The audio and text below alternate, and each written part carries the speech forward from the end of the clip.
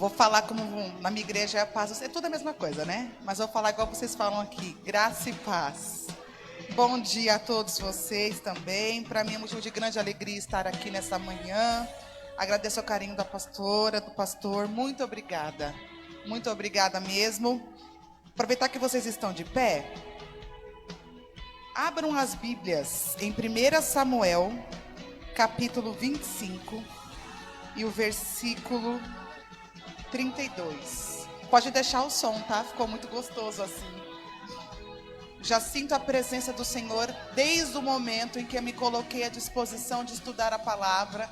E a gente foi vindo.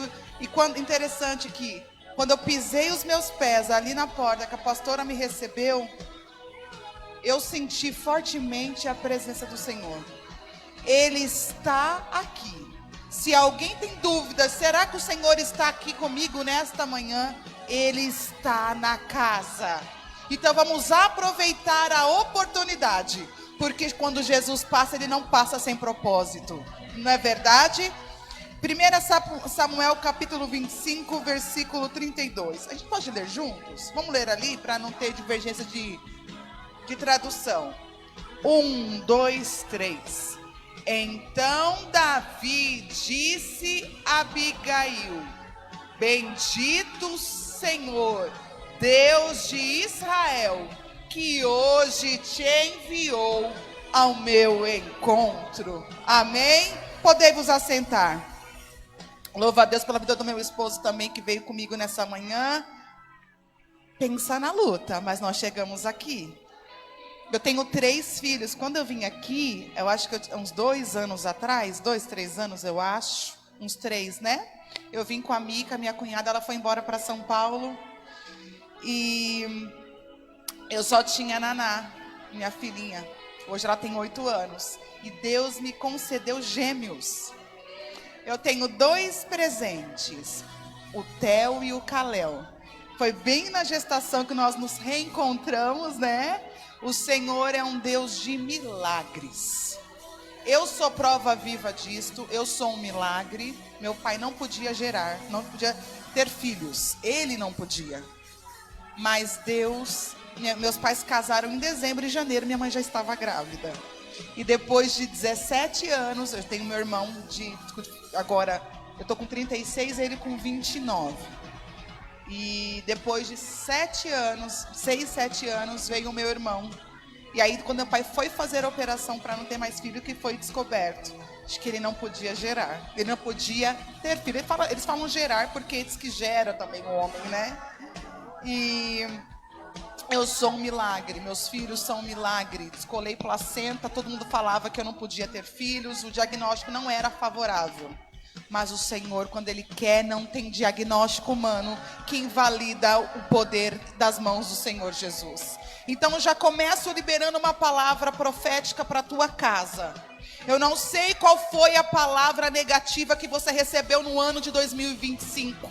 Eu não sei aquilo que está travado para você, que você falou, está acabando o ano e não aconteceu. Mas eu creio que em nome de Jesus, o ano de 2026 será o ano de milagres, de respostas do céu para sua casa nessa manhã. Você crê nisto? Eu creio nessa palavra.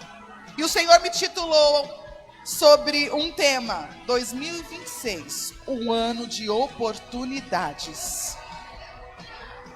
Eu não sei se você conhece muito bem essa história, mas a Bíblia vai dizer em 1 Samuel que Davi, vamos resumir aqui para a gente entender um pouquinho. Davi, ele estava fugindo de Saul, porque vocês sabem que Davi ele foi ungido a rei. E Saul já sabia que ele seria o seu sucessor. Só que Davi ia muito bem em tudo que ele fazia, porque a mão do Senhor estava sobre ele. Então, aonde ele entrava, a presença do Senhor estava com ele. Então, esse é um dos nossos segredos, para a gente ir super bem na nossa vida, nos nossos negócios, na nossa família. Tudo quanto fizermos, o Senhor precisa estar conosco. Porque se Ele estiver conosco, não importa a situação, não importa o cenário, não tem como dar errado, porque Ele está conosco. Então Davi, ele era um homem que aonde ele estava, a presença do Senhor era sobre ele. Ele tinha a graça do Espírito Santo. E aí Saul percebeu e começou a ficar enciumado, porque Saul começou a perceber que Davi se destacava em tudo quanto ele fazia. Então começou uma perseguição. Só que Davi, porque quando a gente tem a graça do Senhor, as nossas atitudes, elas são de quem é agraciado. Porque as nossas atitudes revelam o caráter de Deus. Então tudo aquilo que a gente vai fazer tem que revelar quem nós somos. O que Davi fez? Davi pensou, bom, eu não vou agora, Saul não faleceu. Por ética, por moral, eu não vou assumir um trono, não é momento ainda. E olha que sabedoria, porque muitas vezes a gente recebe uma palavra do Senhor, uma ordenança dele, e a gente quer fazer no nosso tempo, na nossa maneira. E de repente não, tenho certeza que se Davi tivesse assumido o trono fora do tempo de Deus, certamente o Senhor não estaria com ele com tanta graça. Porque seriam muitas coisas pela força do braço dele. De repente, as vitórias não seriam tão sucessivas, né? Não seriam em todo o tempo. Davi esperou a hora certa de assumir o trono. Enquanto Saul perseguia, ele fugia para o deserto. E neste momento, onde ele está no cenário de fugir, com 600 homens, junto com ele, de Saul, chega essa história para a gente. Então pensa comigo, Davi foge para o deserto. Interessante que deserto não é um lugar muito bom para a gente fugir. De repente ele poderia ir para outra cidade, para outro lugar, mas por que ele foge para o deserto? O Senhor me impulsionou muito sobre isso, e isso amadureceu muito meu coração, porque muitas vezes a gente está no deserto, e a gente não gosta, né, porque não é interessante estar ali, mas é um cenário tão favorável, para o Senhor se revelar a mim e a você, que se a gente soubesse, a gente parava de falar, Senhor, me tira dessa prova, Senhor, me tira disto, Senhor, eu não aguento mais. É o cenário perfeito para o Senhor te amadurecer, para aquilo que ele declarou que vai acontecer na tua vida.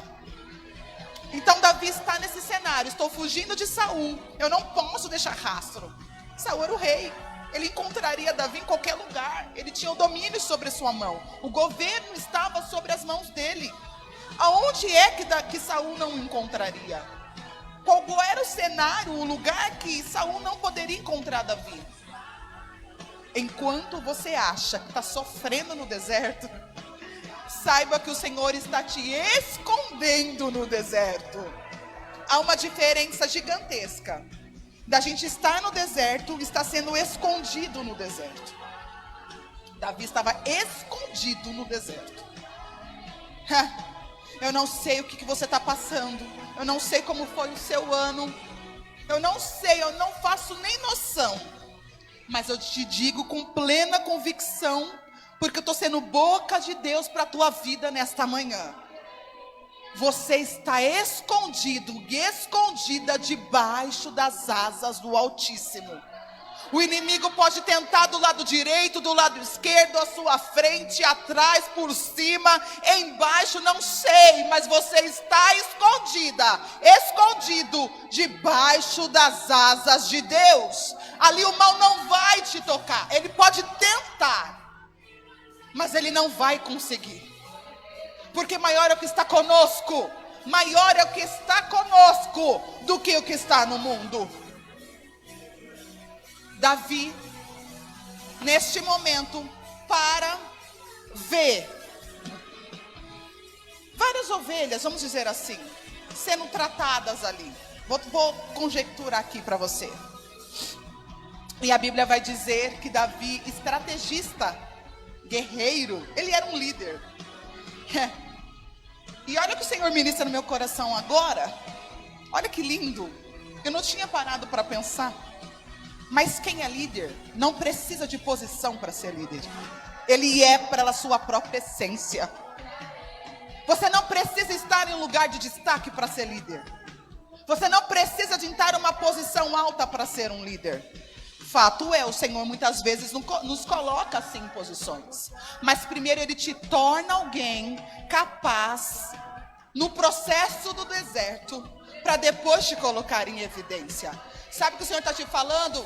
Não espere a posição chegar para você ser, seja agora.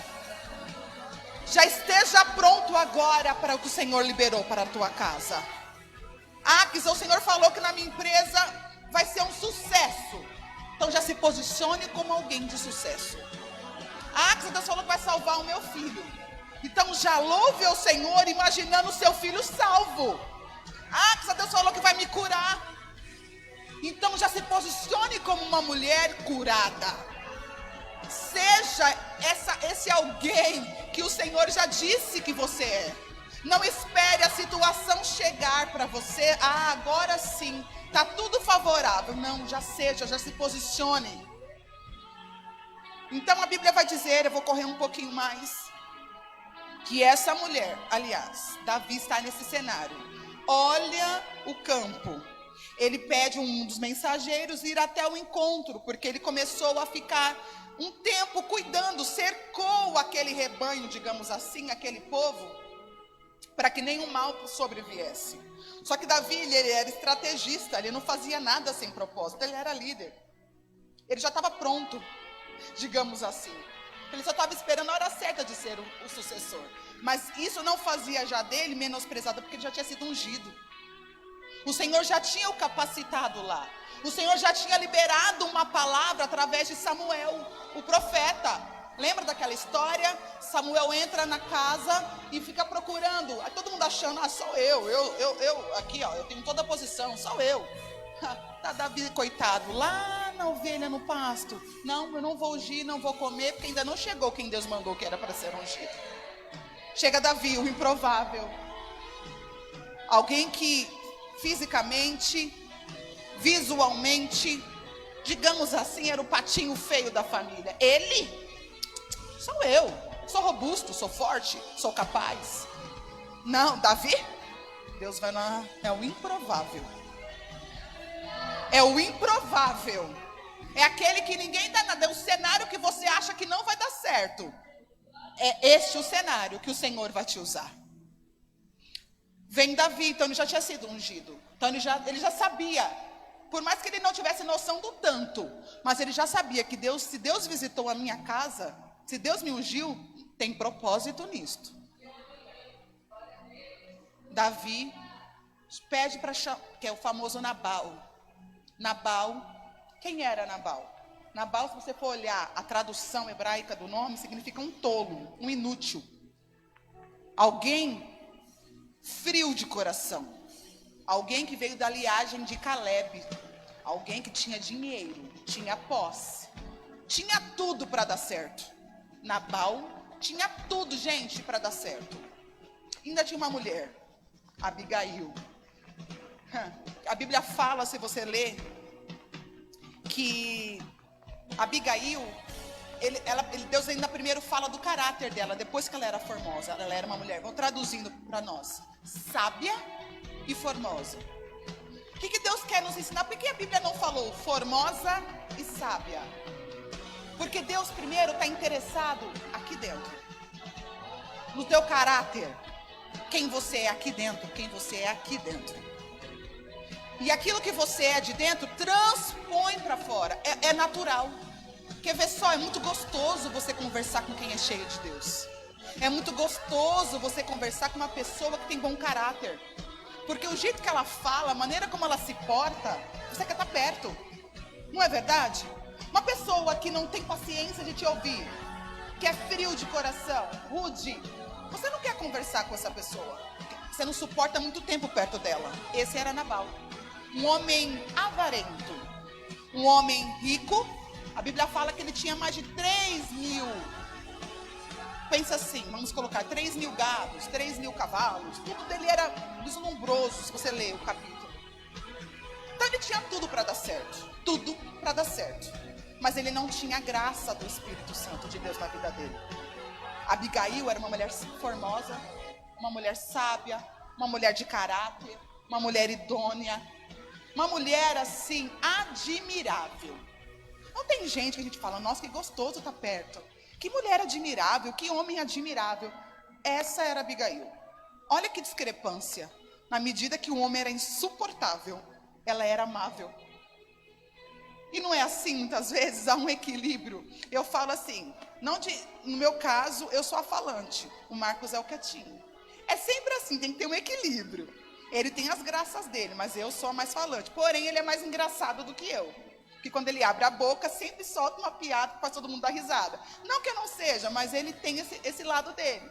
E isso é um casamento, é um equilíbrio de duas pessoas totalmente opostas, mas com o mesmo comum. Deus é perfeito, né? Ele faz literalmente o improvável dar certo. Só que nesse caso, tanto eu quanto o Marcos temos um caráter cristão. Lá não. A Bíblia fala que Nabal, ele tinha um vício. E um desses vícios, digamos assim, era a bebida. Ele bebia muito. Então pensa uma pessoa que já não era muito e ainda bebendo. Então, o que a bebida ela faz? Ela te tira do centro, ela te tira do eixo. Por isso que não é interessante a gente se embebedar. Porque a gente perde a noção do que a gente está fazendo.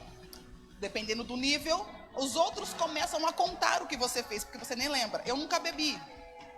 Mas, se a gente pesquisar e ver, ou estar próximo de pessoas que bebem, que têm essa fraqueza, todos nós temos as nossas fraquezas, tá? Não estamos aqui julgando ninguém. Não é isso que o Senhor está falando nessa manhã. Mas a bebida te tira do centro, do seu eixo. Tem muita gente que bebe para esquecer os problemas, mas ela, depois, quando ela bebe, ela cria mais um problema, e aí, quando passa, se tornou mais problemas. Então, a bebida, ela meio que te engana, né? Você acha que esqueceu.